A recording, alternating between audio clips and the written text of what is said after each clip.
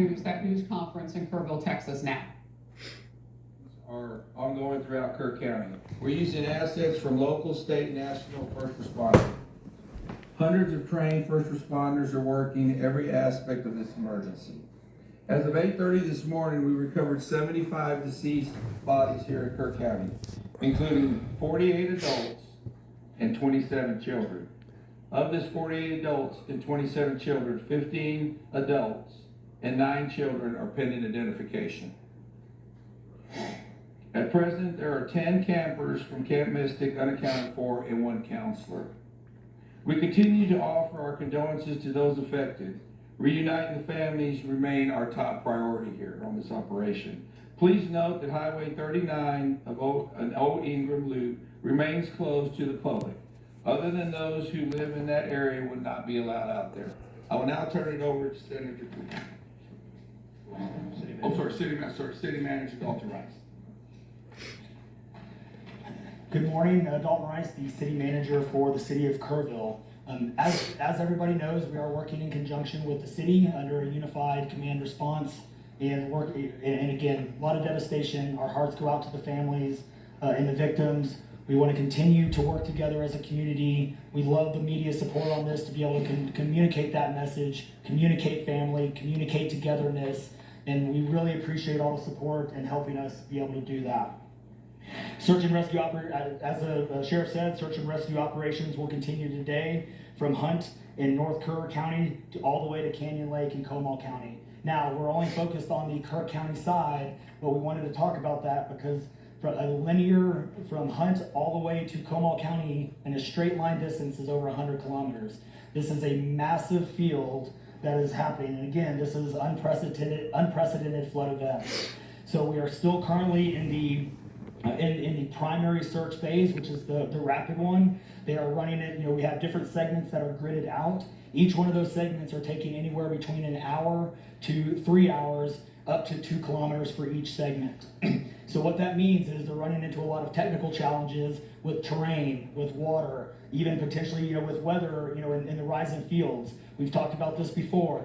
Volunteers stay out of the way because if we start getting weather reports and all the other complications that are out there, we then have to pull off of those search and rescue missions to be able to communicate to those volunteers to get off, to make sure that they don't become victims themselves.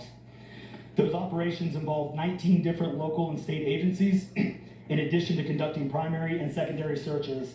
They will be conducting welfare checks on areas in North Kerr County impacted by power outages. And when we say search and rescue operations, that is boat, walking, on the ground, dogs, drones. Again, keep personal drones out of the air, helicopters. We do have other assets that are continuing the search as well. As of present, KPUB, which is the Kerrville Public Utility Board, is reporting continued power outages between Hunt and Ingram along the South Fork of the Guadalupe River in Hunt. In the South Fork area, there are approximately 40 down power lines and significant infrastructure damage. KPUB has brought in additional utility personnel to help with restoration, but it's not possible at this time when the power is going to be restored. There are some substations along with those power lines that we are still trying to get access to just from debris buildup or them being completely wiped out. So we do not have an estimated time on when those are going to be fixed. We continue to have substantial number of requests for volunteers, as I said before, and donation opportunities. We are asking those who want to volunteer to contact the Salvation Army in Kerrville by phone at 830-465-4797 or in person at 855 Hayes Street in Kerrville. Monetary donations can be made on the Community Foundation of the Texas Hill Country's website at www.communityfoundation.net. They have a Kerr County Relief Fund set up on that site. And I will now turn it over to the Mayor, Joe Herring. Thank you for being here. I need to tell my community and those families who are waiting, this will be a rough week.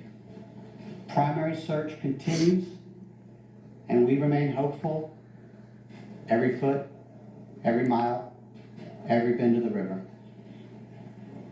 Our work continues, You need to know that we have been blessed with help from the community, from the state, and the nation. We have trained experts who are helping in this effort. If you want to volunteer, it is important that you contact Kerrville Salvation Army and register. Dalton gave that number, but I'm going to give it again. 830-465-4797. We need focused and coordinated volunteers, not random people just showing up and doing what they do. We need to work together. As Dalton said, donations have been flowing in from around the world to the Community Foundation. Again, that website is communityfoundation.net. Please follow the City of Kerrville's Facebook page for updates. They're accurate. We take a lot of time to make sure we send out information that will be helpful, not only to residents, but to those who are visiting. I've said this 100 times, and I will say it again. We need your prayers. We need your prayers. Thank you. And now, Senator Ted Cruz.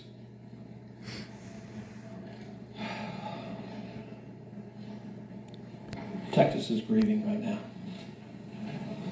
The pain, the shock of what has transpired these last few days has broken the heart of our state. As of yesterday, the confirmed death toll was 82, and those numbers are continuing to go up. The children, the little girls who were lost at Camp Mystic, that's every parent's nightmare. Every mom and dad. Last week, we were picking up our daughter from camp here in Hunt. Our girls have gone to camp here for a decade. The Hill Country is an incredible part of Texas, part of the country. The natural beauty here is incredible. The camps that have raised generations of little girls and little boys and instilled character and love and faith are extraordinary institutions. And I'll tell you the pain in our state, and it's every part of the state. You've got Texans from all over the state who were here celebrating the 4th of July. A week ago, this was a time of great celebration. You're dropping your little girl off at camp, your little boy off at camp. You're celebrating Independence Day. You know that your child is going to be swimming and canoes and horseback riding and doing archery and making lifetime friends. And then suddenly it turns to tragedy. For the last several days, I've spoken to multiple parents scared out of their mind. What do you know anything? Where is my daughter? There's still 10 girls and 1 counselor from Camp Mystic that are unaccounted for. And the pain and agony of not knowing your child's whereabouts, it's the worst thing imagined. But I want to say, in the face of all of this, it is simultaneously inspiring. Every time there's a tragedy, every time there's a natural disaster in Texas, Texans come together. Texas is a big state. We got 31 million people, and we have hurricanes, we have tornadoes, we have wildfires. Tragedies hit this state, natural disasters hit this state, and without fail, 100 out of 100 times when that happens, we see Texans coming together, helping each other, engaging in acts of heroism. There have been over 850 high water rescues since this flooding began. 850. You look at extraordinary stories of Eagle Scouts pulling campers out of harm's way. I was just hearing a story of one counselor whose head was right at the water holding up 2 mattresses with campers on those mattresses. That kind of courage, that kind of selflessness. And then there are the first responders. The local first responders. I want to thank every one of the first responders at the local level, at the city level, at the county level, at the state level, at the federal level. In the first few hours of this flood, I was on the phone with Governor Abbott, was on the phone with Lieutenant Governor Dan Patrick, was on the phone with Nim Kidd, the head of the Texas Department of Emergency Management, and then I called President Trump. I called President Trump. He was having dinner at the time. It was still early in what was transpiring. And I wanted him to know, I said, Mr. President, everything we're hearing right now, this appears to be bad, really bad. There may be a very significant loss of life unfolding right now in Texas. And I will tell you, the President said, Ted, anything Texas needs, the answer is yes. Whatever assets you need, whatever resources you need, yes, let us know, and we will provide everything. Within hours, we had helicopters, over a dozen helicopters in the air. National Guard, DPS, game wardens, Coast Guard, doing search and rescue, reaching down. We've all seen the videos of little girls being pulled up, hoisted out of harm's way. Incredible courage and heroism. Search and rescue is the first stage, but the process of coming together and rebuilding is going to take longer. And I will say to all the grieving families, to all of those who've gotten the worst news imaginable, that your little girl, she's gone. I will say for many of us, those are friends and neighbors who've lost children. Got multiple kids who go to school with my girls.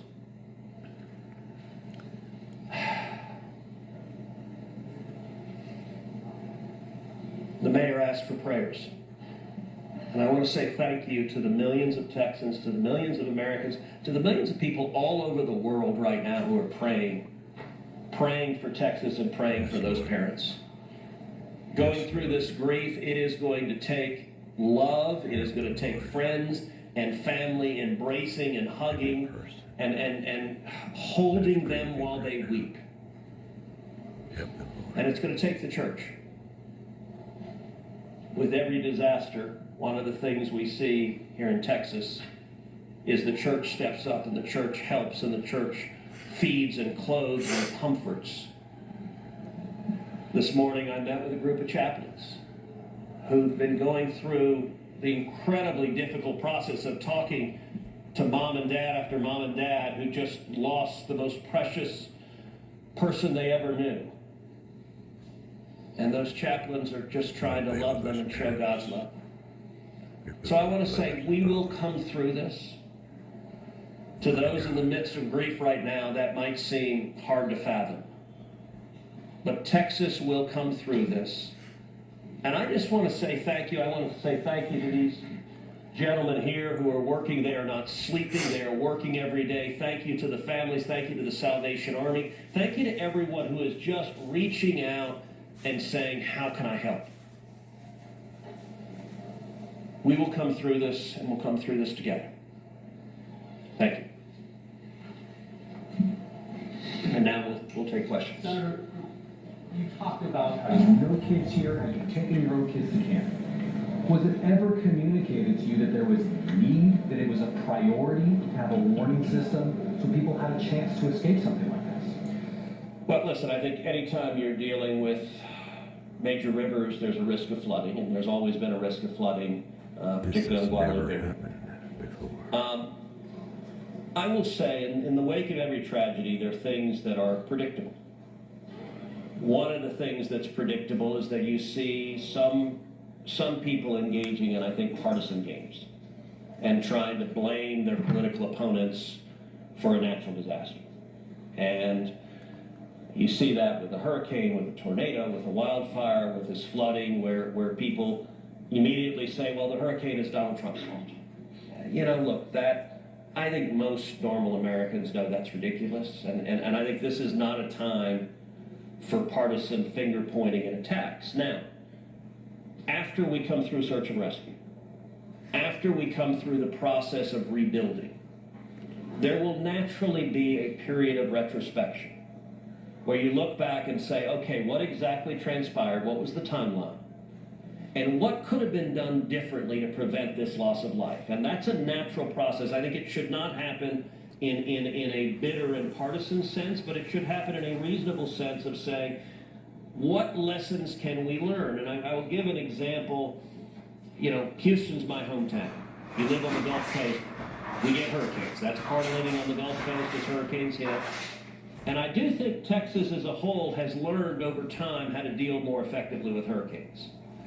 And so you look here, we know the National Weather Service put out an emergency warning just after 1 a.m. and a second emergency warning just after 4 a.m. Now, obviously, most people at 1 a.m. and 4 a.m. are asleep.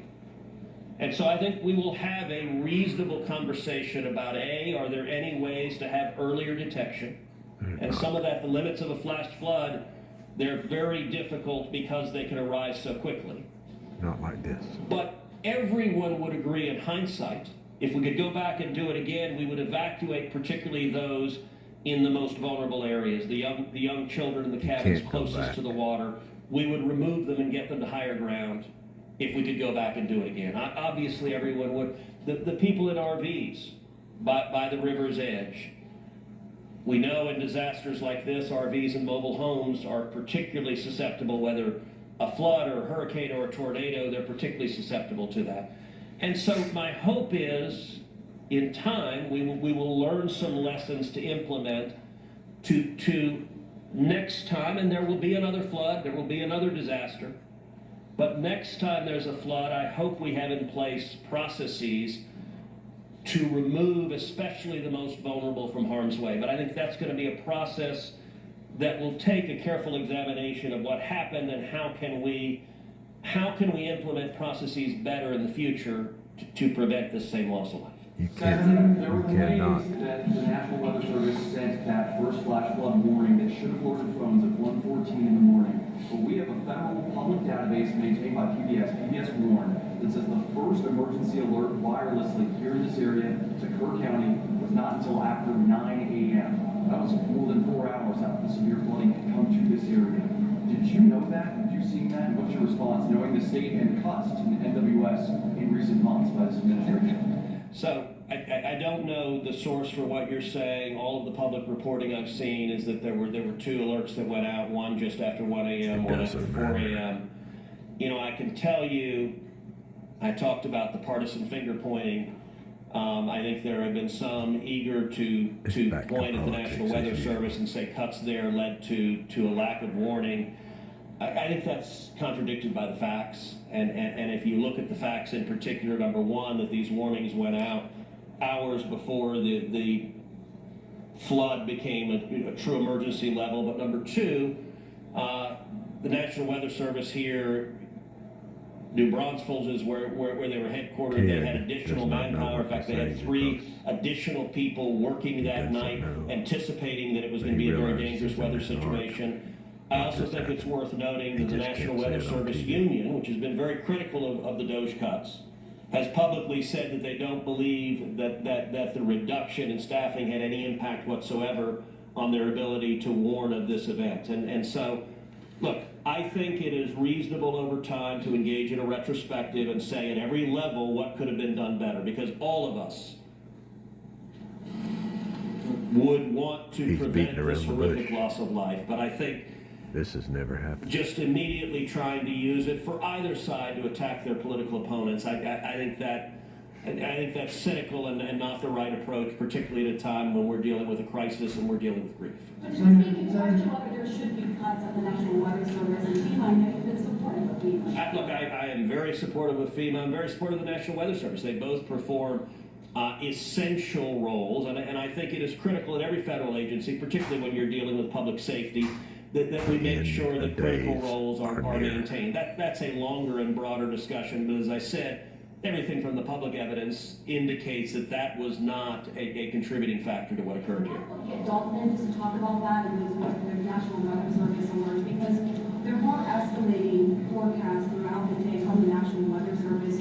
What did the emergency managers of the county and other local officials do with that information, starting at 1:15 and onward, where you had the dire river forecast at 6:30? Were emergency managers doing anything to put these processes in place and warn people on the river? So overall, we were preparing for the July 4th, weekend. So we had National EMR on site. We were, basically stood up kind of an incident command post, if you will, to prepare for that event. So everybody was kind of up looking at weather. We looked at the weather before. When you looked at the National Weather Service, flood map, it spanned all the way from the west side of Texas, with Kerr County kind of being in that upper northeast corner of it. And so everybody, including the National Weather Service, was looking at where's the rain going to hit. We know it's somewhere in here, but with rain, especially when you're dealing with terrain, you got to figure out. Sometimes you don't know until it falls. So once it starts falling, then you got to figure out, okay, how's the watershed going to do this? How's the science going to work? And when you had that north and south fork that we had talked about before, it all converged into one. We do know that a lot of the camps were looking at this just as much as as everybody was. With the rainfall percentages, even the National Weather Service had looked at, and don't quote me on the numbers, but it was anywhere between 1 to 7 inches. We got significantly over that. And again, when it goes into very congregated areas and how that watershed shifts into the rivers, that impacts things. And so the camps, obviously, we've heard stories where campers were getting up. They were up at 3:30 in the morning. They were trying to move to higher ground. And the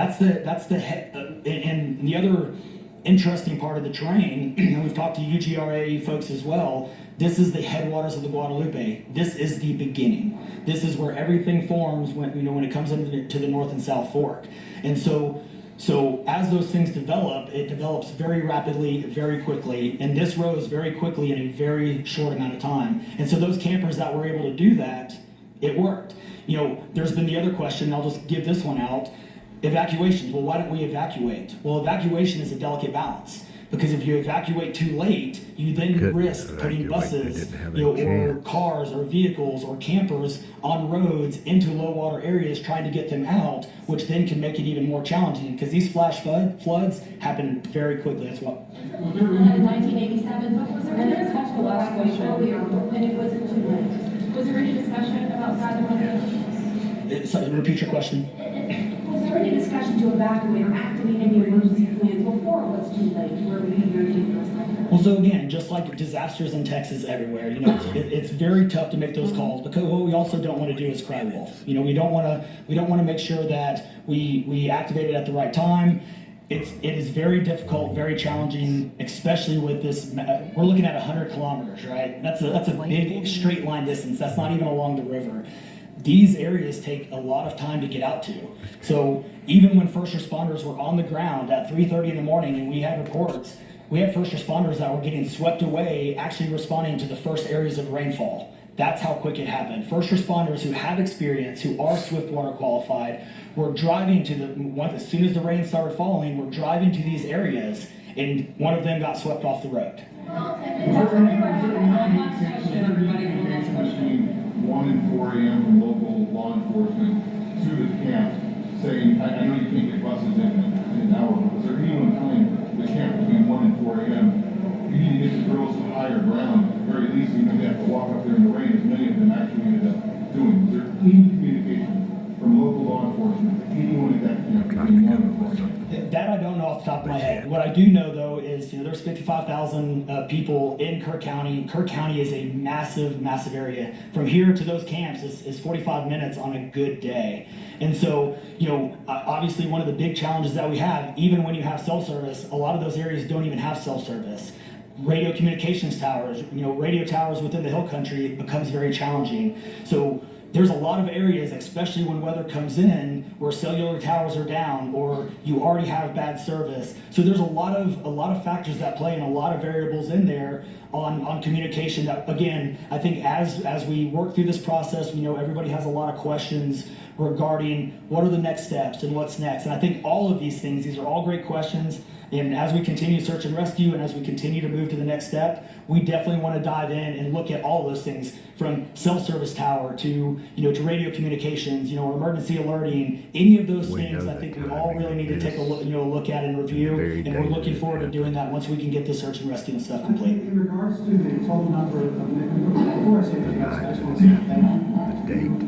All first responders, everyone involved. We've been praying. Thank you. We've been praying. The media's been praying. Thank you guys for doing that. I've got two questions. One, Are you trying to get an accurate count on number of missing? I know you can't, I know we don't know we don't know what we don't know. But do we know a rough idea on total estimates that are still missing overall throughout the county? And then one of the follow-up, this may be for Senator Cruz, a lot of speculations being made about this being somehow man involved with the weather modification, with some of the rain maker technology and working with farmland. Do you think any of that, there's going to be any investigations into that, or do you communicate anything on that? Let me answer your first question. I'm definitely turning that second one over to him. So, on the first question, with missing persons, so obviously we have the knowns, the can't miss it kids, which is the numbers coming down as the sheriff has stated, and then we have the unknowns. But we don't know what we don't know. We actually have a 5 hotline line. It fluctuates between